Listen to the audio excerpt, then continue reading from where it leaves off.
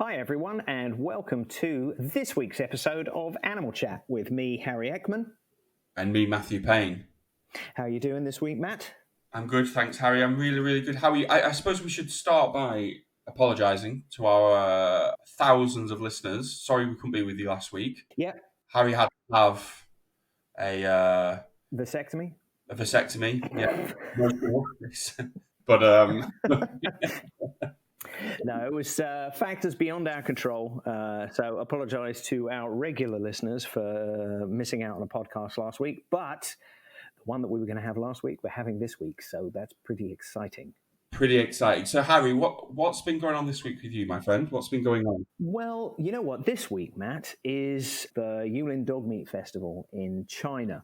And there's been a lot of press coverage about it because obviously this is kind of a bit of a catalyst for people's views on the dog meat trade. It seems to highlight an issue that there's an entire festival around dogs being eaten. And if anybody wants to find out more about work on ending the dog meat trade, then you can listen to our podcast. I think it was it 3 or 4 with Lola Webber? 3, Harry. Podcast number 3.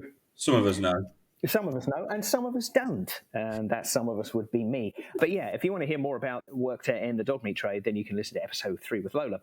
So the Yulin Festival is horrible. The world media and activism tends to focus on the Yulin Festival because it's just this horrific festival surrounding this brutal killing of these dogs. But there's been some incredible advances over the last few months, potentially as a result of coronavirus, with China not only redefining what dogs are under Chinese law. So they used to be livestock, and now they're no longer classed as livestock, so they are now companions, which means that they can't be raised or sold as food in that way. But also, you've got Chinese cities that are actually already banning the sale of dog meat, and this is down to municipalities and mayors and the government themselves and the Ministry of Agriculture, and also the work from local activists. So this has been a really significant year for ending the dog meat trade in China. And this might potentially be the last time that we see the Yulin Festival. I mean, you never know, but there's a distinct possibility. So there's some good news there, despite this horrible event currently taking place.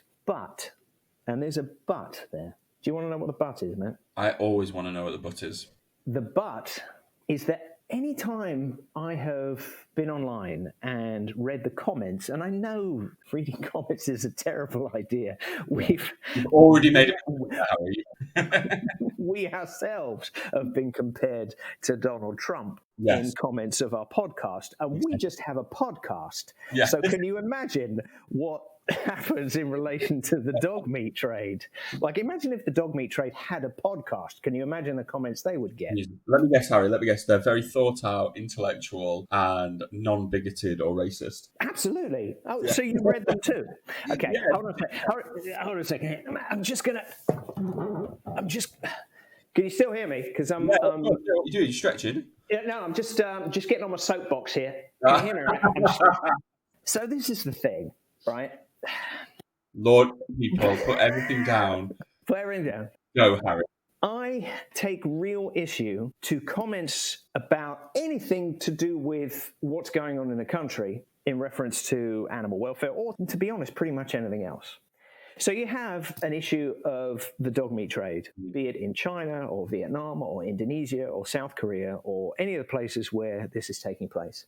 And if you mention a country, you can guarantee that most of the comments are going to say, everyone in that place, they're evil, murdering bastards, and they should be wiped off the face of the earth. And I swear to God, if there isn't 1 in every 2 comments saying something along those lines, and it's so ridiculous.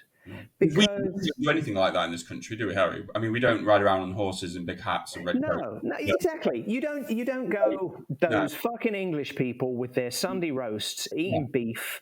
All those English people should be wiped off the face of the earth. Exactly. It doesn't happen. And I think as English people or Brits, we should be a little bit humble about how we've treated people in the world. That's all I'm going to say. Oh, well, that's a whole different conversation, Matt. That's a very whole different conversation. Yeah. But I think maybe a very different podcast as well. Yeah. But my point is that most of the good that has happened in China, for example, is as a result of Chinese activism, Chinese people wanting an end to the trade, the Chinese government reclassifying dogs, mayors banning it in their cities. This is the Chinese people doing this. This isn't somebody from another country coming in there. Yes, there's been high-profile campaigns and lobbying and this kind of stuff, but the actual changes have come from the country, and the country is the one that wants to change. And for anybody on the internet to then kind of go, oh, no, they're all a bunch of evil bastards, they don't deserve, it's just so disingenuous. It's also bullshit. It's hugely insulting and not even just a tiny bit racist or xenophobic, at least, and massively unhelpful to animal welfare.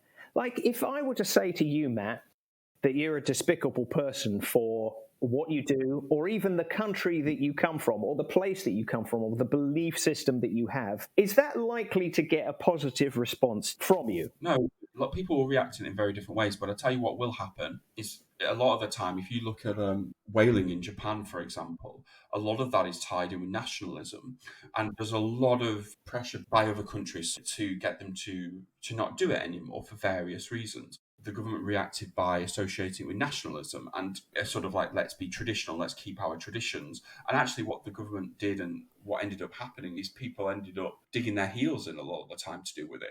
Not that they didn't even necessarily agree with it, but when you start lumping people into a group, people aren't necessarily going to react in a very positive way to that. Mm-hmm. You know, oh, you're stigmatizing me. Oh, you're judging me. Yeah, that's absolutely fine. I'll change my behavior. They're not. They're going to react in a way that isn't helpful to the animals. Yeah, absolutely agree. And it's important to separate the act or the action from the people as a group. You know, you can hate an individual trophy hunter for shooting an elephant. That's an individual who has purposely gone out there for vanity and self-gratification to kill an animal. And you can hate that person for what they've done. But to lump an entire country, region, group into the same box as them and want them wiped off the face of the earth, or want rid of them, or say they're all evil and that all of their motivations are exactly the same, is so unhelpful. And like you said, doesn't actually help engage with anybody that you're trying to work with to try and resolve the problems, because it, like you said, it just, people dig their heels in and they become more entrenched and more polarized. And that's really not the way we're going to solve any of these animal welfare problems. And if you're going to post something like that, just go away, have a cup of tea, sit down, think, and just don't. Just do something else. Just say, I don't understand it. I've never been like that. I can't relate to it at all. And anyway, you know, when's your Chinese Communist Party membership coming through, by the way, Harry? Thursday. But I'm stepping down off of my soapbox now, having put the world to rights, or at least made some attempt to. I suppose we should actually talk about this week's podcast. We should. Who's our guest, man? Who's our guest on this week's podcast? Our guest on this week's podcast. Yeah, Harry, I explained this to you last week. Harry, I explained this to you last week, okay? It was 2 weeks ago, but whatever. Yeah, breathe, Matthew, breathe. This is going to take a while. Okay, buckle yourself in, folks. This is going to take a while for Harry to understand. Harry? Yeah. This week's guest is not Liv Tyler. No. Liv Tyler. Everybody, ladies and gentlemen, this week's Animal Chat podcast was Liv... What? No, it's not Liv Tyler, okay? You keep getting this mixed up. No. Harry, the random reference from a film from the 90s is not only going to confuse people. Can't even remember the title of the film. Armageddon, isn't it? Yeah, absolutely. Armageddon. So it isn't Liv Tyler, star of Armageddon, Lord of the Rings. She's also daughter of Steven Tyler, Aerosmith. Yeah. That is not her, okay? We may have her on in the future. Right. Doubtful, but we may have her on in the future. But I sent you a photo of this, Harry. On one side was Liv Tyler, okay? And on the other side was Liz Tyson. That's who we've got on this week. That is our guest this week, okay? So we've got Liz Tyson. Liz Tyson, not Liv Tyler. Liz Tyson. Do you want to know who Liz Tyson is? Would that help? I do. Do you want some background music for the intro? No, that confuses people. Okay. We have Liz Tyson. Now, Liz Tyson... No. Stop. Okay. I know it's Liz Tyson. It's just a good song, mate. Just carry on. Okay. Right, Liz. Oh my God. Liz will probably never come on this podcast ever again. So, Liz is the programs director at Born Free in the United States. She's also the director of the Primate Sanctuary over there. And she talks to us a lot about that and her work. But Liz has had a really, really varied career. She's traveled the world basically doing lots of different roles, from working in Palestine for the Palestine Animal League over there as the international director. She was also the head of the Captive Animal Protection Society, CAPS, in the UK, which is now called Freedom for Animals. She also did some work in South America. She worked for Wild Futures, an amazing primate sanctuary in the UK. She's essentially just been involved in captivity issues and particularly to do with primates as well. And she's just an overall amazing person. I met her a few years ago while she was at the Captive Animal Protection Society, and I've seen her fly all around the world doing these amazing roles since. But yeah, she talks to us about her journey, what got her motivated to work with animals, but also she provides some amazing insights into her approach and what she sees as valuable, which is something that I know some of our listeners, particularly people working in animal welfare, have contacted me about and said that they found it really useful. We've even had somebody that I know who's actually taken up a project management course, Harry, Really? Wow, that's fantastic. since listening to people talk about how important project management is. And Liz does talk about that and other skills as well. So it's a fantastic episode. I'm really glad to have Liz on to Yeah. shine a light on her amazing work. Absolutely. She was a really lovely guest to talk to. Very, very down to earth, incredibly smart, a wealth of knowledge and experience, and some really incredible stories. Like you said, she's traveled the world. She's done and seen some incredible things and had some amazing experiences. And we were really lucky that she came on and shared them with us. It was a really, really good chat, wasn't it? Yeah, really, really good. Should we do it? Should we get this Should we do episode? it? Yeah, should we do it? Absolutely. This week's episode of Animal Chat with Liz Tyson.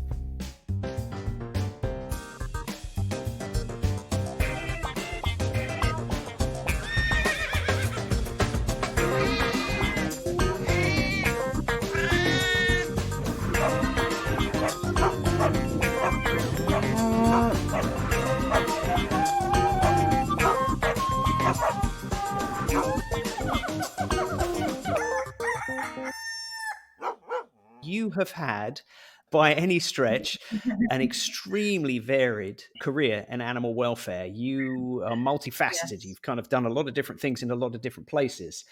And you clearly have a lot of different passions. So where did that come from? Where did this love of animals come from in the first place? That's a nice way of saying that I've had a very erratic career history. I've done. Well, to be fair, Liz, so have I. So I know exactly where you're coming from with that.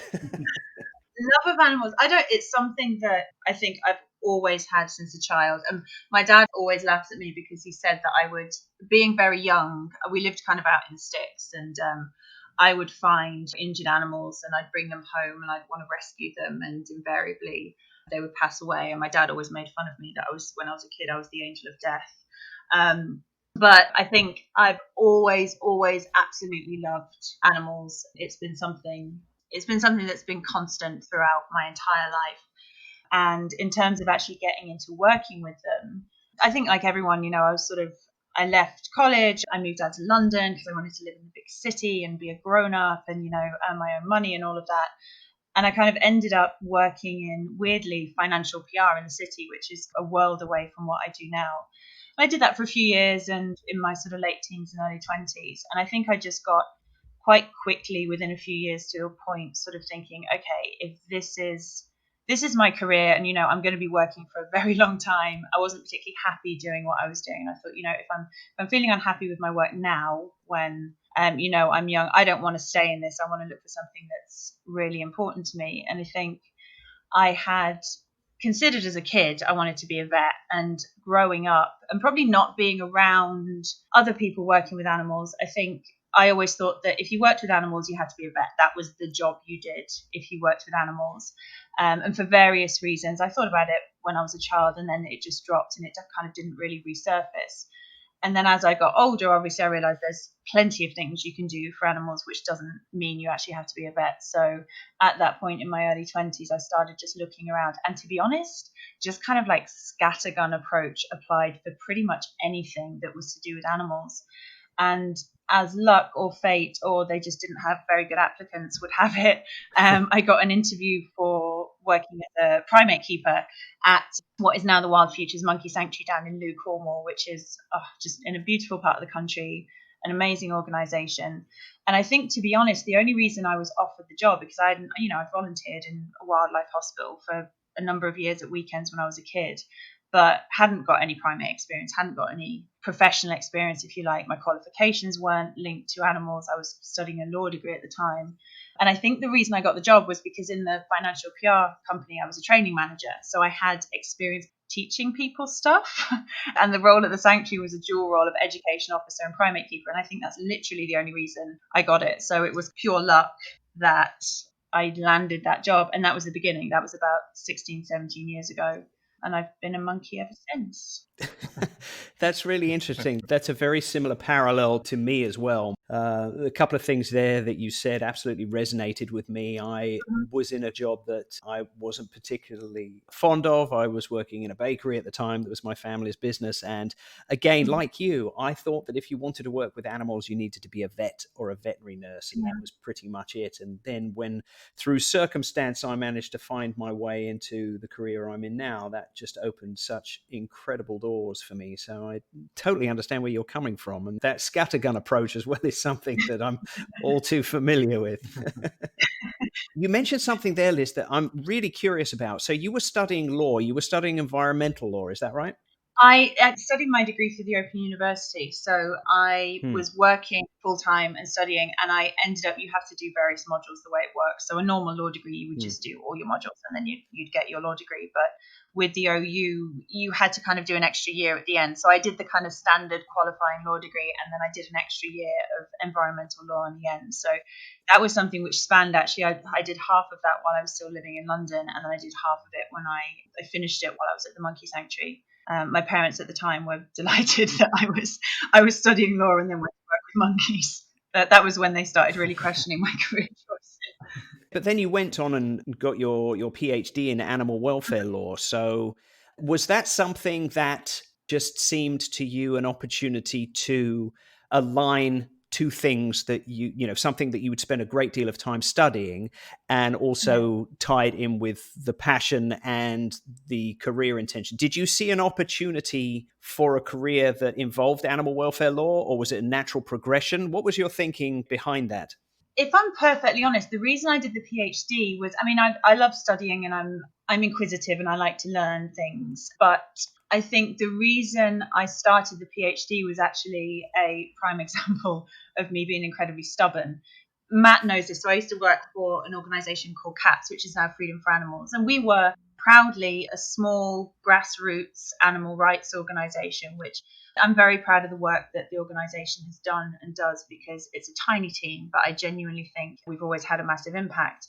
But because we were so openly animal rights stance, what it meant is that when we got round the table with, say, DEFRA or the zoo industry, then our opinion could sometimes be batted away as, the kind of negative connotations which people who don't agree with our stance try to throw at sort of the animal rights movement. So, radicals or extremists or over emotional or not based in science and all of this. So we started doing my interest in law. I kind of brought into my work with CAPS, which is a campaigning organisation, and we started to look at kind of enforcement of the law with different industries, and particularly zoos and circuses.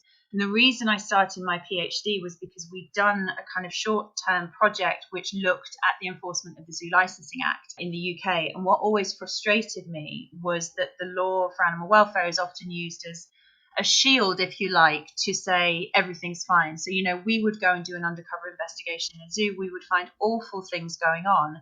When we then went public, the zoo would hold up its license and say, we wouldn't get a license if the standards weren't good. These are bleeding heart liberals. They're just trying to shut us down and give us bad press. They don't know what they're talking about. So we're finding these places that seem to have, not necessarily across the board, horrible standards, but terrible things going on, and the animals not being properly cared for. But then by law, they were all fine. So that was really what made me want to do my PhD, because I was interested in that gap. So, on paper, they're passing all the legislation. In practice, we're seeing that they're not. So my PhD was focused on looking at inspection reports and enforcement of the legislation, and found, sure enough, that over a 10-year period, over 1,000 noted breaches of the law by inspectors, and literally 0 instances of the correct enforcement action being taken. So that was work we were doing basically to present to DEFRA, which was evidence-based, to say, something needs to be done about this system. And I actually found out recently that I've been updating that research because I was really excited to be given the opportunity to publish my thesis with Palgrave Macmillan. So that will be published later this year. And I had to update the data, and found that actually we started this conversation at CAPS with DEFRA about enforcement of zoo licensing, and it just wasn't being had before.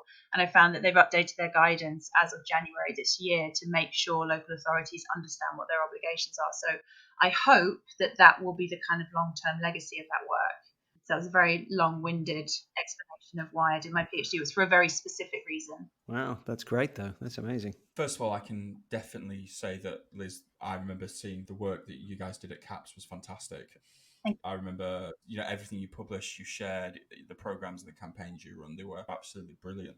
And I'm really interested to know, is there something about the captivity issue that you're really drawn to, and a reason why you've worked on it in various roles in your career? Obviously, with captivity is very much in the news at the moment, in the media, with the recent Netflix documentary, Tiger King. Is there anything in particular about captivity that drew you in? Yeah, I mean, I think my initial work with the Monkey Sanctuary, the Wild Futures Monkey Sanctuary in Cornwall, we were dealing with ex-pet primates, and that since then has been very close to my heart. I think at the time, prior to that, I wouldn't have had a particular stance. I disliked zoos and captivity, but I didn't have a particularly strong stance on it. I was vegetarian and a quote-unquote animal lover and all those things. But I think when you start getting involved in it more and more, you see the impact. And so, I can think already of a couple of the guys, the monkeys at the Monkey Sanctuary, who just absolutely consolidate and confirm the reasons why these animals should not be held captive.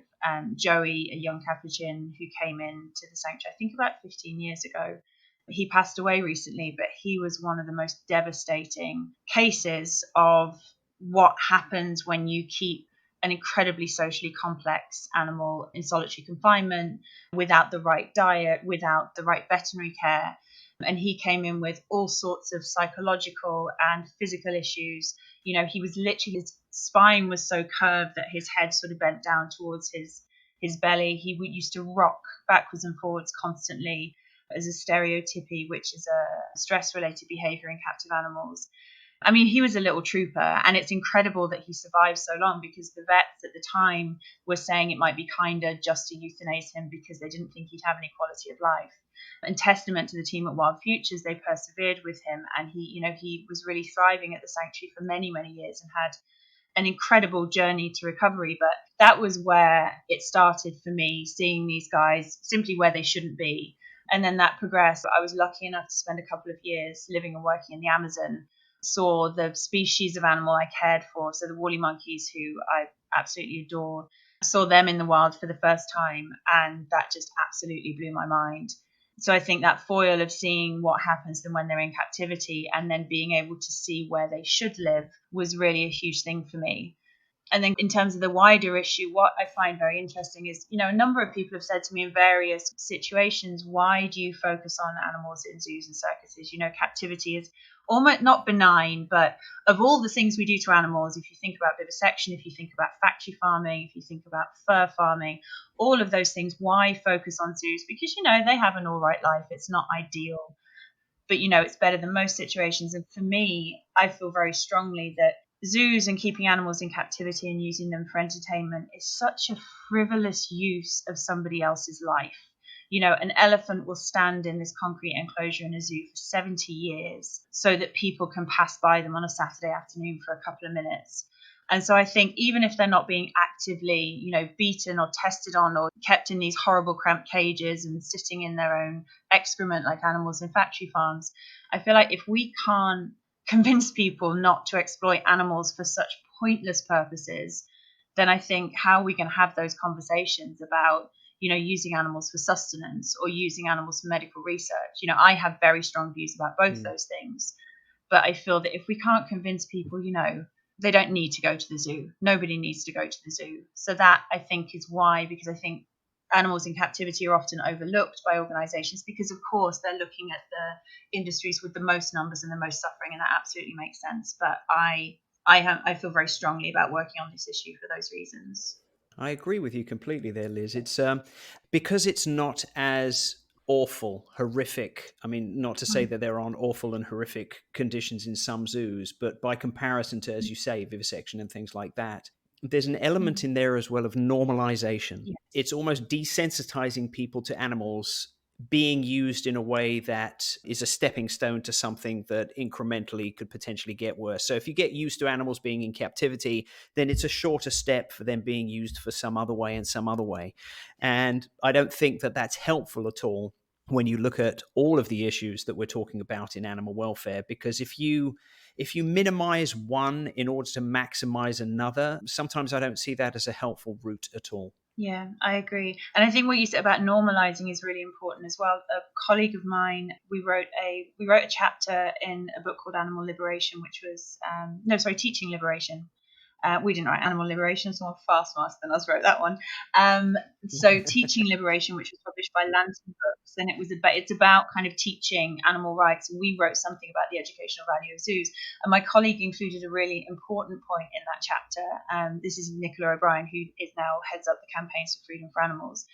And she said, we refer to animals in zoos as zoo animals, and every child will know what that means. So we define them by the type of captivity we put them in. You ask a young child where the elephant lives, and they'd be just as likely to say the elephant lives in the zoo as the elephant lives in the forest.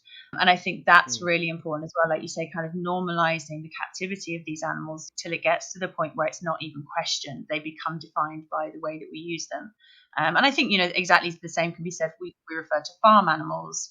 They're defined by the fact that they are farmed by us for our use. And I think that's a really interesting point, which I guess also speaks to language we use around animals. Absolutely.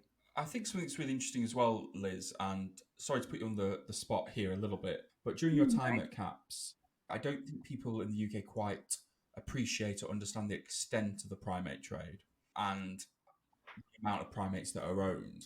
Yeah. How extensive is it in the UK, and how during your time did you find animals were sold and all those sort of things that are involved with the trade? Well, I mean, the extent of it, that's been one of the biggest problems in terms of getting it banned.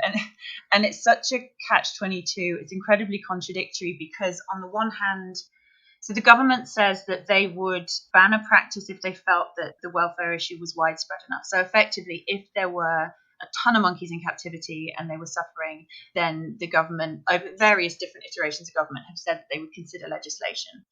They argue that there isn't enough evidence of primates being kept as pets in the UK to warrant it. So it's this odd situation whereby there is no law demanding licensing or registration, except in the case of dangerous wild animals, which encompasses some primate species. So we don't actually know. But if we go off the figures that the RSPCA have collated over a number of years, and also Wild Futures in terms of the amount of animals they're rescuing, then they would place the figure in the thousands. I can't tell you right now exactly what the current estimate is. But one of the problems in terms of changing that legislation has been the government, on the one hand, say there aren't enough animals for it to be relevant.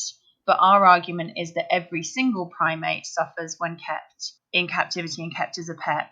So therefore, why not apply the logic that they applied with the circus ban, which was actually there are very few circuses that are going to be impacted by this because there were only 20 odd animals left when the ban came in, and therefore it's not going to have a huge impact on a huge number of people.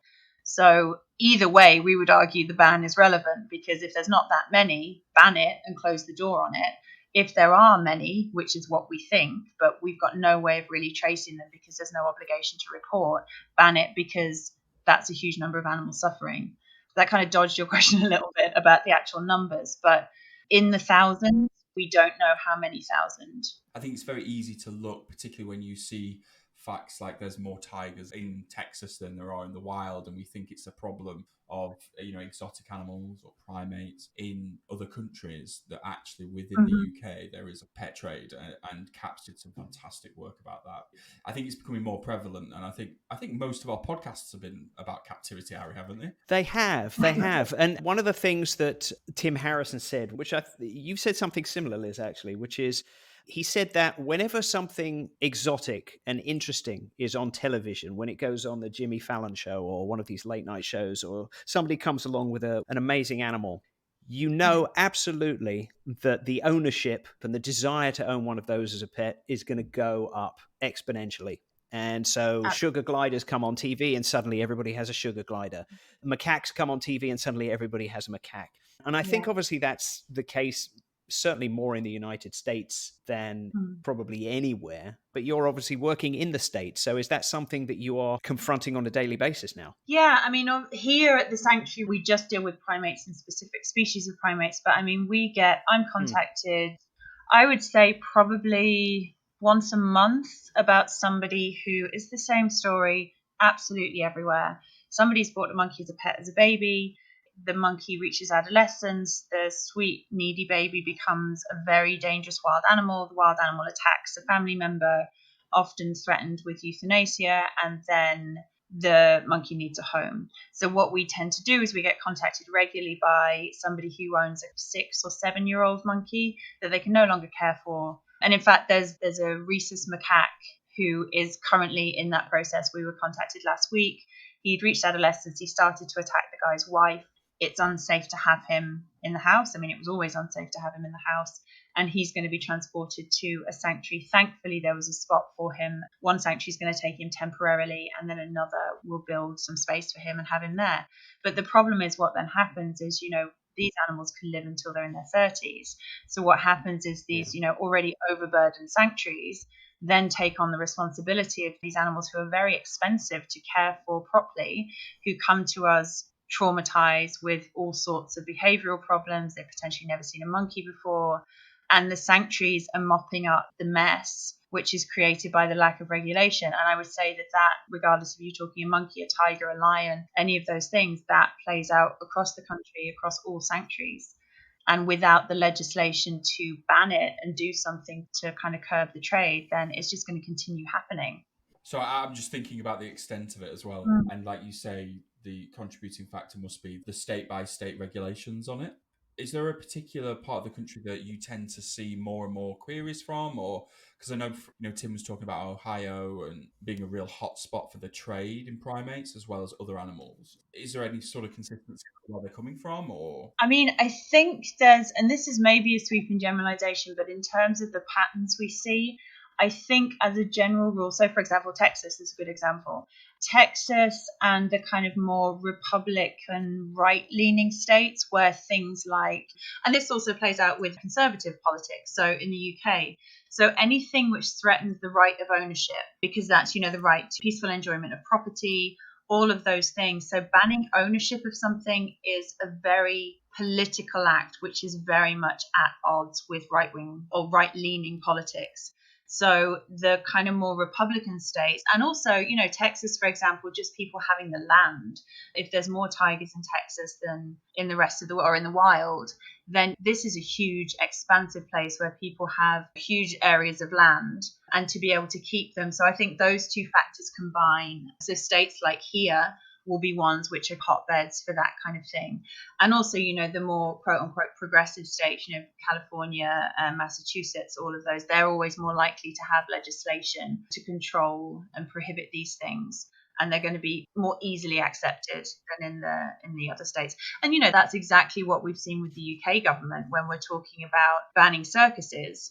The fact that ban went through on a conservative government is really impressive, because that's something fundamental to the principles of conservative politics is, individualism and also the right to do not what you want, but, to live your life without interference from the state. Whereas obviously kind of left-wing politics is perhaps less that way leaning, because the state takes more of a key role, both in terms of benefiting people theoretically and otherwise. So I think that's probably a big factor in it. Obviously, there are parallels there between the political right and concepts of ownership and rights and things like that. But in the United States, it almost seems like it's gone that step further with this constitutional right to do whatever. I mean, we're seeing it now. It's my constitutional right to not wear a face mask in public. It's my constitutional right to do this and to do that. And it can be incredibly damaging. And obviously, I guess you're at the sanctuary there, and with the work that you're doing, you are on the receiving end of the results of that. Yeah, absolutely. And I think,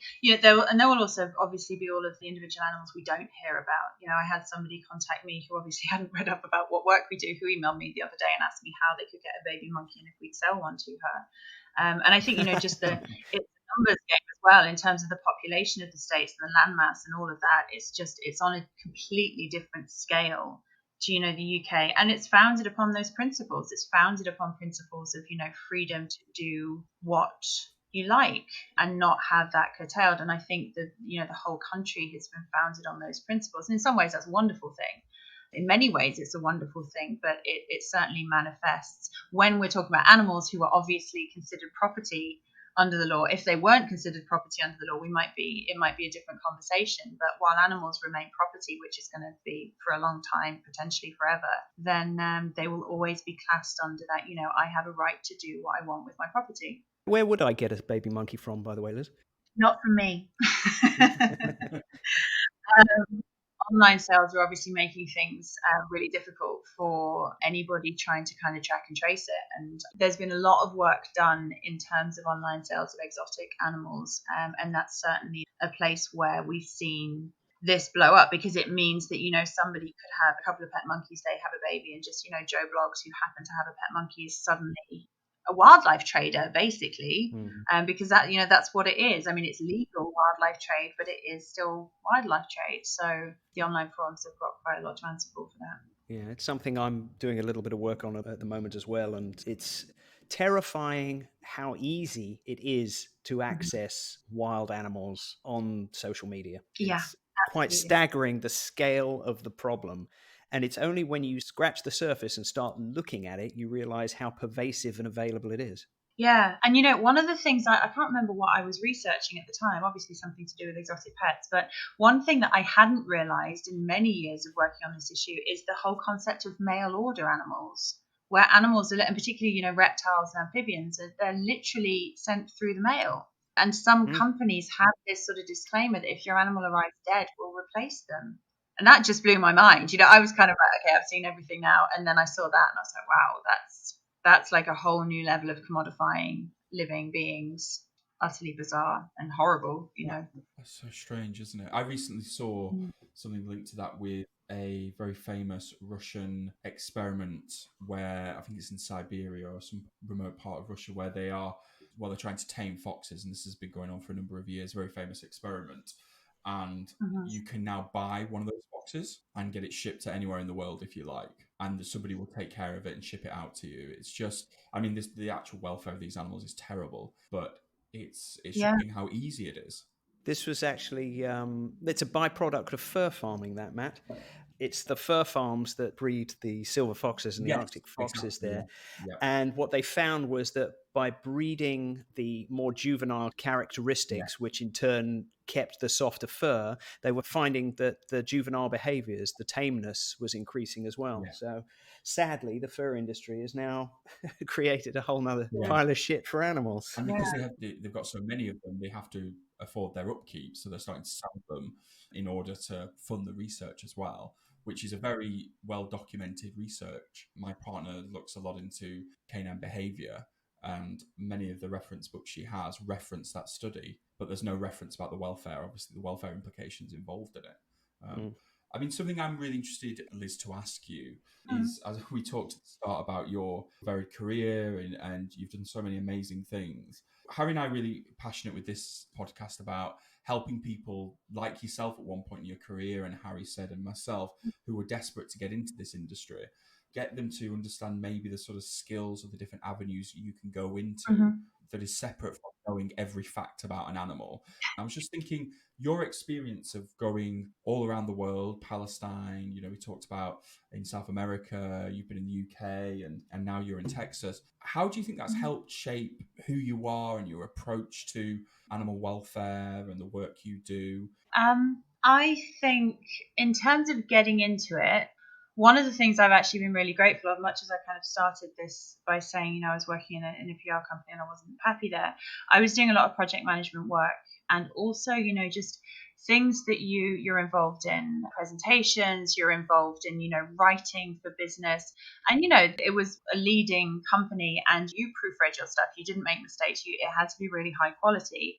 And I think the business skills I learned by working for an organization like that, I've actually taken with me. And there's still skills that I learned there, including things like public speaking and including things like, being able to write a decent press release, being able to communicate with the media, which is, incredibly important if you're a campaigner. So there's a lot of kind of quote unquote real life skills, which people perhaps wouldn't realize are hugely useful in the not-for-profit sector and for working with animals. And I think some of the time as a sector, we sometimes lack those skills because we do always prioritize, if we're hiring, we'll prioritize somebody who's just put in all the hours working directly with animals, when actually a lot of the time we as a sector need to think outside the box a little bit and think, what other transferable skills can we bring in, because we do sometimes lack that. So I think there's kind of always a way in. And again, because the only job isn't being a vet. So there are campaigners and there are PR people and there are marketers and there are fundraisers and there are admin and operations. So everything you find in a well-run business is transferred over to the not-for-profit sector. And I think people often just don't realize it. I think it is a challenge to get in because often jobs are sought after. So when something is advertised, then, when we advertise for a caregiver job, which we've just done, then, I think we've had about 20 or 30 applicants in the first 4 days. So I would say the other thing that people should perhaps do, which is difficult because it means you have to be in a relatively privileged position to be able to do it, but to try and get volunteer experience, even if that means, letter writing, contacting NGOs who you think are doing good work and see if there's anything you can do from home. Obviously, everyone's doing everything from home right now.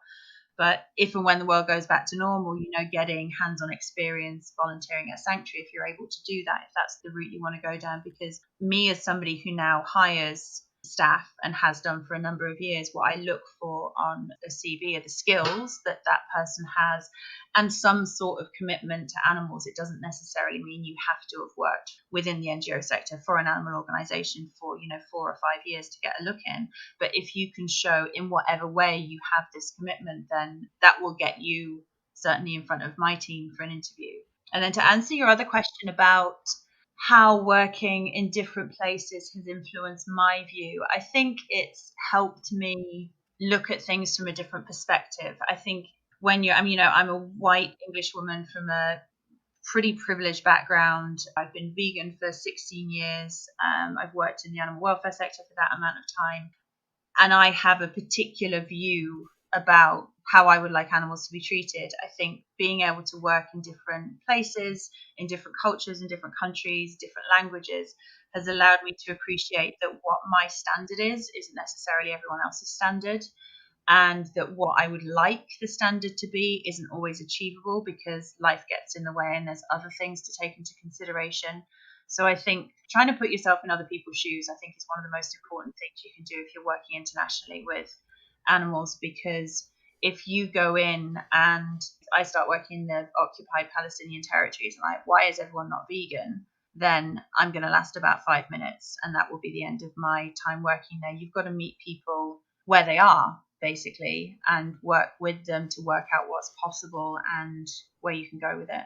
Couldn't agree more, Liz. That's such an important point. It's something Matt and I talk about a lot, the human attitudes and behaviors and the prejudgment of people, that going into a culture that you don't understand and expecting rules and understandings and perceptions and attitudes to be the same, and if they're not, then almost using that as an excuse to blame or finger point. And it's never helpful. It's never a way to achieve a goal. I remember when I was first starting out in animal welfare, my first ever trip overseas, I was working at an animal shelter in the UK, and we did an overseas trip to a shelter in Turkey. And I had never been anywhere other than the UK from an animal welfare perspective. And we went to this shelter, and it was, even by the things that I have seen since, it was an absolute shithole. It was terrible. The dogs were in an appalling condition. There was fleas everywhere, caked with feces, a couple of dead dogs in the corner. It was awful.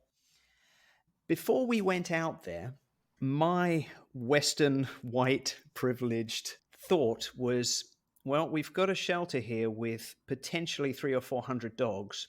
I think we should go out there with 300 or 400 collars, which was just the most stupid, ridiculous, ill-considered thought. A suitcase full of dog collars when there's feces and dead dogs and things like that.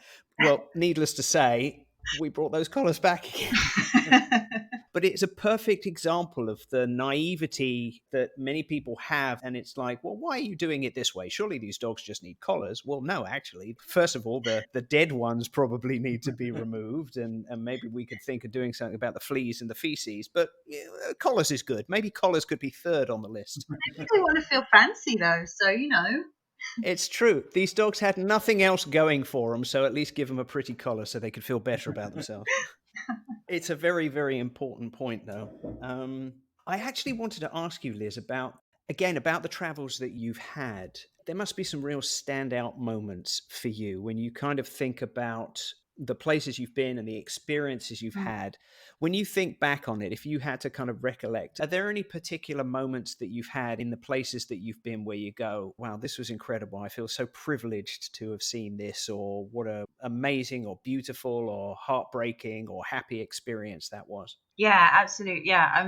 When I think about those, I've just been so lucky with the stuff that I've had the opportunity to do. I think there's two times in Colombia which really stand out for me. And the first one was, I just mentioned it earlier, was the first time I saw woolly monkeys in the wild. And I cried like a baby. And that was, we'd gone, there were about, I don't know, there were about 15 of us, and we were going out to an area of forest which hadn't been recce'd before. There was no one living there. It was an area which wasn't really served by a reliable water source enough to kind of support human communities. It was called the Purite, and it was up north from where we were. We were right on the banks of the Amazon, and you had to go a good few hours in a boat to get to this point. So we were recceing this space for a good release site for some of the monkeys who were being cared for at sanctuaries run by a very dear friend of mine, Sarah Bennett. So a bunch of us had gone out. There was me, Sarah, John, and Simon. Simon was the young nephew of one of my colleagues, and he'd come along to get his first experience working in the forest. And we were basically going to do this recce to look at the land. We were kind of on a trip, just wandering around the forest, looking to see whether the monkeys could live there. So as you can imagine, it was a pretty nice trip anyway. We started at a base camp, and then we filtered off into smaller groups. We'd go off for like a couple of days at a time, make camp somewhere, and we were effectively trying to find out if there were woolly monkeys in that area, and trying to find a space where they were kind of woolly monkey adjacent, but we weren't going to be releasing them into a space where there was an existing troop, but there was a troop close enough that they might be able to join them when we release them. Anyway, so we were out that day, beautiful day. We made camp at night, and then the mother of all storms started. And as you can imagine, if you haven't been there, storms in the Amazon are serious. And it ended up, so the four of us, there was literally one space under one of our mosquito nets that wasn't just basically a river. So we ended up, quote unquote, sleeping. We were all wide awake. The river running through our camp, it was utterly miserable. I've never been so cold in my life. I've never been so wet in my life. I've never had to lie so close to my colleagues in my life. It was just uncomfortable for everyone. So we woke up in the morning, all pretty miserable. And John went off to go and get wood for the fire. The wood was all soaking. And then he was just coming back, and I heard him kind of drop all the wood with this clatter. And he just shouted, "Chorocos!" which is the local name for woolly monkeys. And it was like, oh my God, I think I'd lived there at that point about 6 months. And I spent a lot of time in the forest. I'd never seen these monkeys. And we off we go. We pull our boots on, we're in our soaking pajamas and everything, and we go. And because it wasn't inhabited by people, the monkeys, they weren't scared of us. They were just interested. So spent 10 or 15 minutes. They got caught in the storm as well. They were all kind of bedraggled, and they'd all obviously stopped for the night. There was a huge female with a baby on her back who kind of came down to a lower level and just kind of stared at me curiously. And we just got to stand there looking at them for like 15 minutes, and then they went on their way. And that was just magical, absolutely magical. Wow. Yeah, That I'll never sounds forget that. amazing. It was Wow. awesome.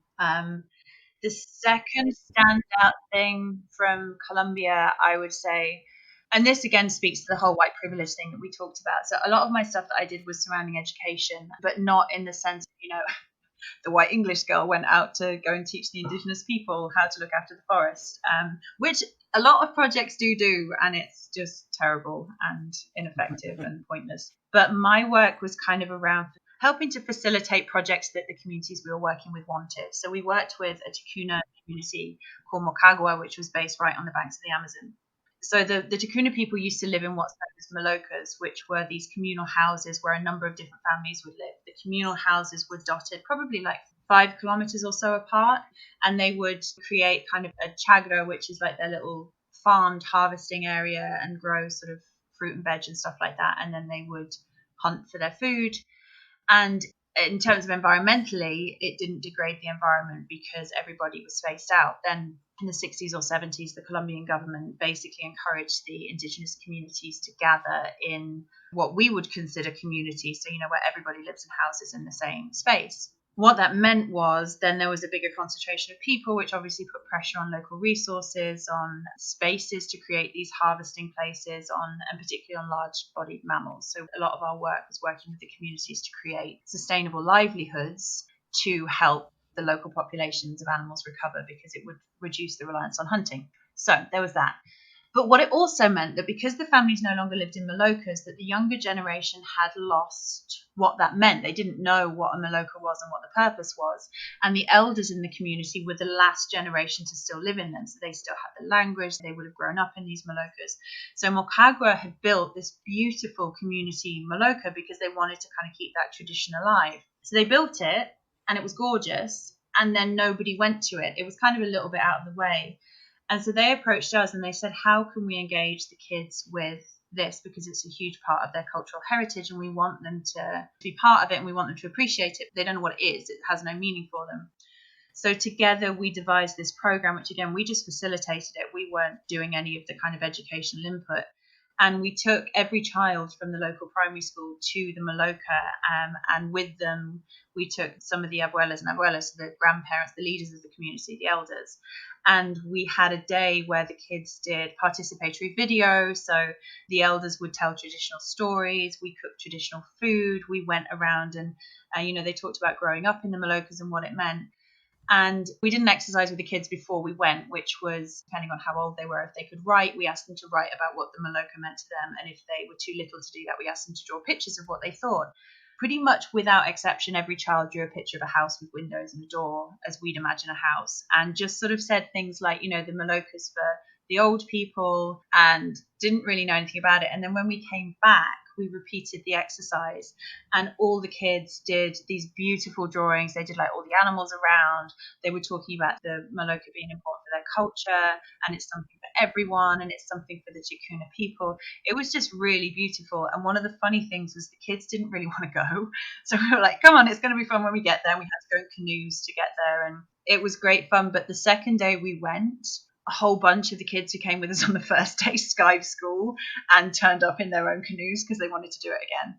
And that was genuinely just I'm still so proud of that project, and it just makes me happy. I've still got some of the videos that the kids made, and they were just wonderful, really wonderful. Oh, that sounds incredible. What an amazing experience. I'm really interested as well, Liz, while you're talking about young people and education, about the work you did in Palestine. Something we spoke very briefly with Brian Faulkner about the impact traumatic events, conflict has upon young people's relationship with animals, particularly when they resettle in an area. And I know you did some amazing work with the Palestine Animal League. And I just wondered whether you mind sharing the impact that conflict has had upon the local communities or some of the areas and their relationships with the animals around them, and then the work you maybe did to try and address that with obviously the other members of the league. Sure. Yeah, absolutely. So the organisation was a locally run organisation, and I was kind of brought in really to help with development and to bring in experience on working specifically on animal welfare projects, because the team had incredible experience in working in NGOs and working in education and all of those things, but didn't have a huge amount of experience working with animals. So I met them at a conference. I was giving a presentation and they came to me afterwards and asked if I would be interested in working with them. So that's kind of how that started. We worked together for about 3 years, I think, in total. And the whole organization was based on the premise of growing up. Many young Palestinians are growing up in refugee camps, the refugee camps that were created when they were forced off their land back in 1948. So there's been multiple generations now who've lived and died in refugee camps. Those children growing up in that space are surrounded by heavy militarized environment. Everybody knows somebody who has died. Everybody knows somebody whose house has been destroyed. Everybody has had direct experience of violence, and it's potentially devastating. These kids grow up. It's not that they're traumatized and moved on. It's that they're being consistently traumatized. It's this continued state of trauma because it never ends. And then how that plays out is exactly what the work of Andrew Lindsay and other people have been doing for decades, which is that when violence becomes such a normalized part of your life, then you become desensitized to it. And the anger and the fear of living with that can then obviously manifest in much higher levels of domestic violence, for example, and also abuse of animals. And there was one story which the founder of the organization would tell, which was this kid was picking on this cat. I'm not sure what he was doing to him, but he was basically kind of annoying this cat. And the founder of the organization went to him and said, "Why are you doing that?" And the kid just broke down in tears. And his brother had been taken from his bed that night by the security forces and was in prison. They didn't know when he was going to get out, if he was going to get out. And that was how the kid was managing his frustrations. So that was kind of the founding principle, that interestingly, the organization was set up, yes, to help animals, but it was actually almost using animal welfare and respect for the environment and care for animals as a means for children to channel their negative experiences. Some amazing things came out of that work. One of them, which I can take no credit for, I helped with the funding to actually get it off the ground, a team of young girls. There was a program called Palestinians for Animal Welfare. And in that, university students were trained to mentor. They were given like leadership skills, mentoring, and they went through this course, which was run by the organization. They then went into schools and worked with school children to deliver projects surrounding animal welfare or the environment. One group of particularly tenacious, smart young women, they were, I think, 12 or 13 at the time. They knew they were going to university. That was their plan. They were kind of recently vegan, vegetarian, were really getting into animal rights stuff. They wanted somewhere where they could eat vegan food in the university they planned to go to. I mean, these girls were thinking really big. So they went as a group and they spoke to the dean and basically said, "Hey, there's this space on campus. Will you let us deliver this project?"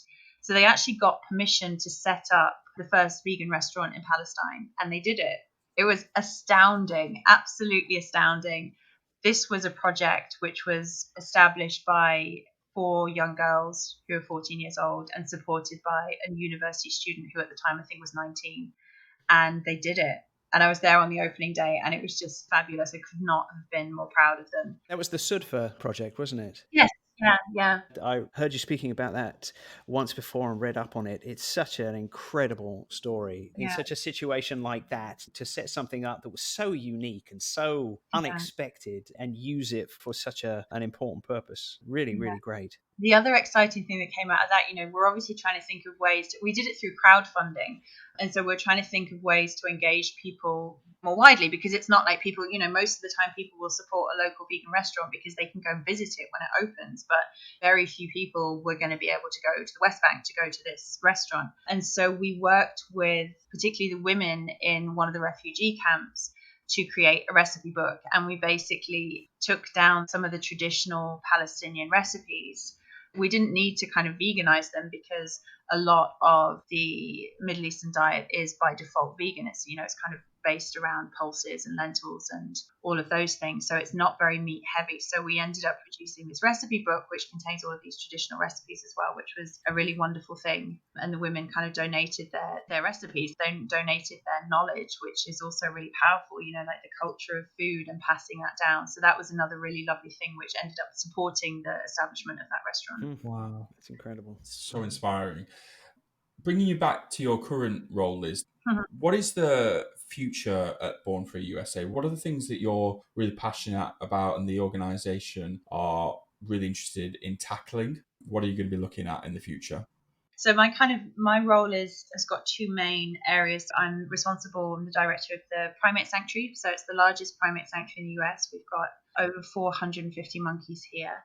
So in terms of our plans for the sanctuary for the future, we've been working a lot in the last few years on kind of improving our internal infrastructure, growing our team, building new enclosures, all of that. And our plans for the coming years for the sanctuary is I genuinely believe we are a centre for excellence, but we haven't historically done too much work in outreach and providing training and kind of internships and things like that. So that's something that we're looking at for here and that we're really keen to develop, because honestly, the team here is incredible. They're incredibly dedicated. They know the monkeys so well. They know what the monkeys need. They go above and beyond. And so our plan for the future of the sanctuary is to kind of establish a really effective internship program, potentially caregiver exchanges with other sanctuaries, both here and overseas, because we want to kind of share our experience and also obviously learn from other places, but to have a more outward looking focus. That's something that I'm really keen to do here. And then in terms of Born Free as a wider organisation, the issues we work on are very similar to the Born Free Foundation in the UK. We are focused around, animal captivity and particularly wild animals. But we've got a number of programs. That are currently being delivered. We have a program in West Africa, which is run by this amazing team who do a lot of training of local law enforcement. One of the things that they work on particularly is how to identify endangered species in order to prevent trafficking, because one of the biggest problems, it's all very well having CITES legislation, but if you are a law enforcement officer on the ground in whatever country and you don't know what a pangolin looks like, that's a very basic thing, but you don't know how to differentiate between species, then that legislation, which is designed to protect animals and prevent illegal trade, tends to break down. So that's some of the work they're doing out there. They're doing so much more as well, but their work is truly astounding. I would recommend anyone to have a look at our website and have a look at the West Africa work. In terms of in the States, we focus on trapping quite a lot, which is a big issue here, and we're looking to launch a big trapping campaign hopefully early next year. We're looking at exotic pet trade, as the Born Free Foundation does in the UK.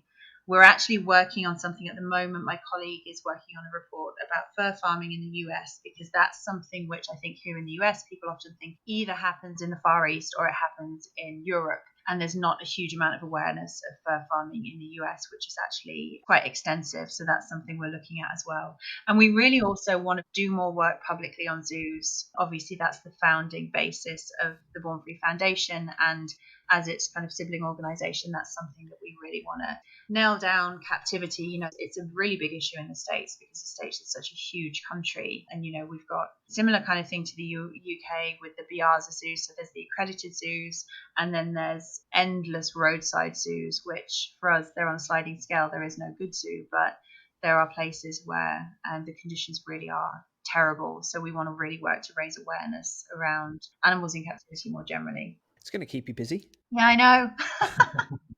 And thinking more generally, Liz, when you think about your experience in animal welfare and all the things that you've seen and are working on, and your knowledge of the progress as things are happening, what are your hopes for the future? Where do you think or hope things are going to go in a more general sense in the coming years for animal welfare? Oh, that's a good question. I'm really intrigued by projects such as those that are being run by Stephen Wise, the Non-Human Rights Project. Mm-hmm. That is potentially a game changer. So the Non-Human Rights Project, for anyone who doesn't know, is looking basically to establish legal personhood for certain animals. So what that means is, I've talked a little bit about on this podcast, that animals are globally considered property, which means we can do pretty much anything we like to them within reason, within the kind of parameters of various welfare laws. the Non-Human Rights Project is looking to move the marker on what an animal is in a legal status to kind of give them rights in their own right. And it's not, people go, oh, you want them to be able to drive, and it's ridiculous having animals to have rights. They don't need rights. They're not talking about things like that. They're talking about things like the right to life, the right to not be held captive. So the kind of fundamental rights that we hold dear, that's what they are trying to establish. If something like that could be successful, then I think it would be an absolute game changer for everything. I have no idea what the world would look like under a system which recognizes animals as other than property. I would love to see what that looks like. So that's something that I'm watching very keenly, and I'm really intrigued to see where it goes.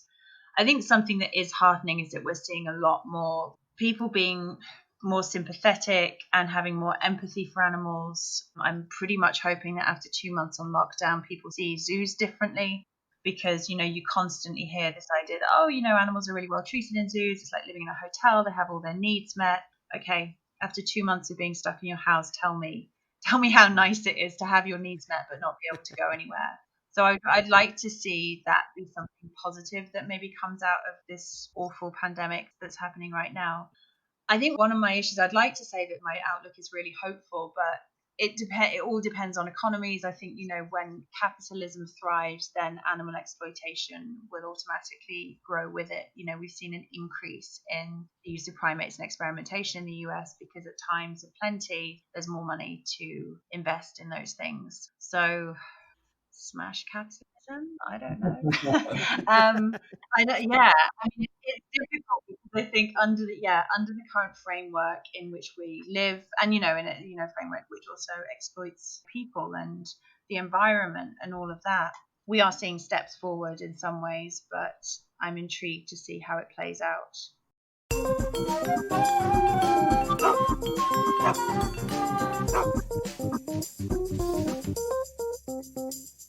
That was amazing, wasn't it, Matt? That was such a great chat with Liz. Yeah, Liz is such an awesome person. She has got quite possibly up there with Brian Faulkner, one of our guests on a previous episode, the most air miles of any human being that I've ever met in my life. But she's just done some amazing work all around the world. She's dedicated herself to animal welfare. And if we're going to help and change things in order to improve animal welfare, we're going to need people as dedicated as Liz.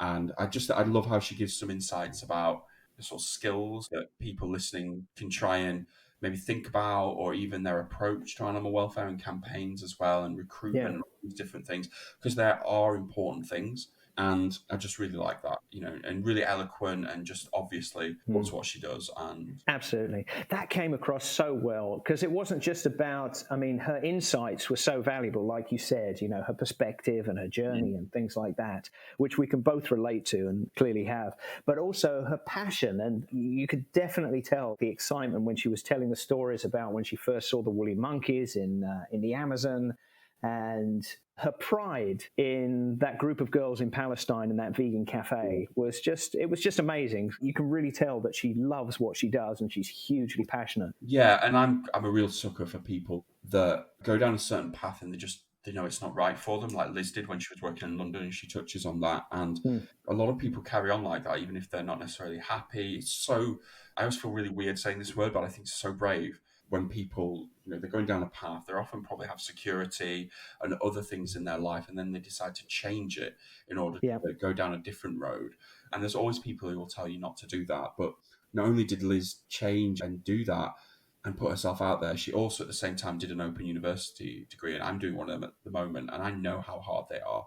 And for her to do that and to get that expertise, she's reaping the rewards now, and everything she's doing now, from recently becoming program director at Born Free in the USA, she deserves totally.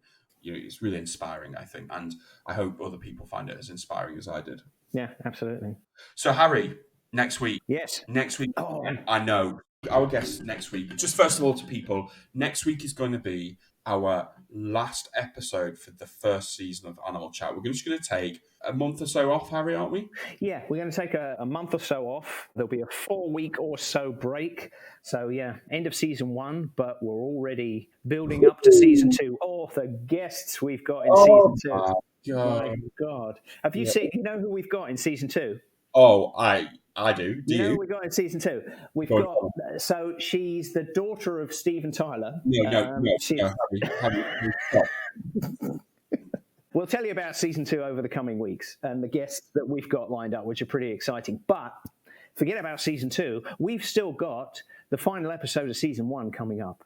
Yeah, And I think you should take this one away because man, in this podcast, I've spoken to people that personally inspired me and shaped my beliefs and approach to working with animals and just view of the world. Next week, Harry, you get to speak to somebody who's done that for you. Who have we got? next week we have David Meach. Now, David Meach isn't maybe as high profile a name as some people in animal welfare, but the work that he's done has been the foundation to so much work. He's been working in animal welfare since the 1960s, and he works on large carnivores, but primarily since then he's been working on wolf ecology and wolf conservation in the United States. And what he doesn't know about wolf conservation and wolf ecology isn't worth knowing. The man is an absolute legend. He studied wolf behavior in the wild. His work has been involved in the reintroduction of wolves and the development of legislative protection for wolves in the United States, but also he's worked around the world. Wherever there are wolves around the world, in Europe as well as North America, he has been involved in projects and working with organizations to promote the protection of wolves. But what he maybe is equally well known for is his theories that he himself debunked, and we talk a lot about this on the podcast, of dog behavior regarding wolf behavior. And this idea of alpha males and alpha dogs and pack leaders. And so in the 1960s and 70s, he comes up with this theory about alpha dogs and dominance and pack leaders that was all based on studies of wolves in captivity. And then he goes out and sees wolves in the wild and goes, well, that was wrong. Got that completely wrong. My previous theory was a load of rubbish. Going to debunk it. Actually, dominance and pack theory, not necessarily dominance, but pack theory and alpha males and things like that, not true anymore. Talk about brave, like you mentioned just before with Liz and Chad, to have done years of research and then have the integrity and honesty to look back on your research and go, got that completely wrong, going to rethink it. And yet, and this is the thing, and you know this to be true as well, Matt, this idea of pack hierarchy and alpha dogs sadly still perpetuates. It's something that he came up with, he debunked, and yet there are plenty of dog behaviorists out there that still cite this as something that's real, whereas in fact it isn't. And so that's something that I think those of us in dog welfare and dog behavior still need to come to terms with and address. But next week's podcast, we're hearing it from the horse's or wolf's mouth. Ooh, nice. See what I did there? That was nice, wasn't it? Oh my God, honestly, sometimes I just sit back and marvel at how you do that. I don't know how you come up with some of these. All of that aside, he was so incredible to talk to. He's an absolute animal welfare hero of mine. I have followed his work for many, many years, and he was such a joy to speak to. So much experience, such a wealth of knowledge there. And for somebody as senior and respected and experienced as him to come onto our podcast and speak to the two of us, that was pretty amazing, wasn't it? Yeah, it was amazing. It was so... When Harry and I got the email to say he would come on, we were so excited. Yeah. He was one of those, should we try? Because like you said, Harry, the name might not ring a bell. He might not be instantly as well known to most people, but he's had such a huge impact on the day-to-day training and behavior management of dogs. I get to speak to lots of very well-known behaviorists who I know will all be inspired by David Meach. So please check into the podcast next week. Look out for it. It is one not to be missed. Absolutely. Where can people find the podcast? Oh my God, Harry, where can they find it? Well, first of all, go to our website at animalchat.podbean.com. You can find us there. Links to that are on our social media pages as well if you can't be bothered to write that down. They can also find us on Spotify. They can find us on iTunes, Google Play. You know where they can find us, Matt? Anywhere where there's podcasts, we are there. And you know what? Where they're listening to this podcast with us saying this, that's where they can find all the other podcasts. Just look out next week and it'll be there. It'll be there. And what do we want people to do? we want them to share it. We want them to subscribe. Give us a review, please, on iTunes. You know, there's only so many reviews we can get family members to do. So without it being embarrassing. So, yep. And as always, get in touch with us on social media. If you've got any guest ideas for season 2, I mean, we've already got a cracking list, but if there's somebody you think has got an amazing story, please let us know. Get in touch, and we'll either give you a thumbs up or just tell you to never contact us ever again. Yeah, one of those two things is going to happen. Busy people, we've not got time to deal with fools. But we still love you, listeners. Yeah, we do. Till next week, thank you very much for listening, and look forward to seeing you all next week. Cue the outro. Do we have an outro? We do have an outro. It's the same as the intro. Does it happen now, or does it happen at the end of the actual episode we live? It happens when I decide to edit it in. So, I might decide to just cut us off mid-sentence.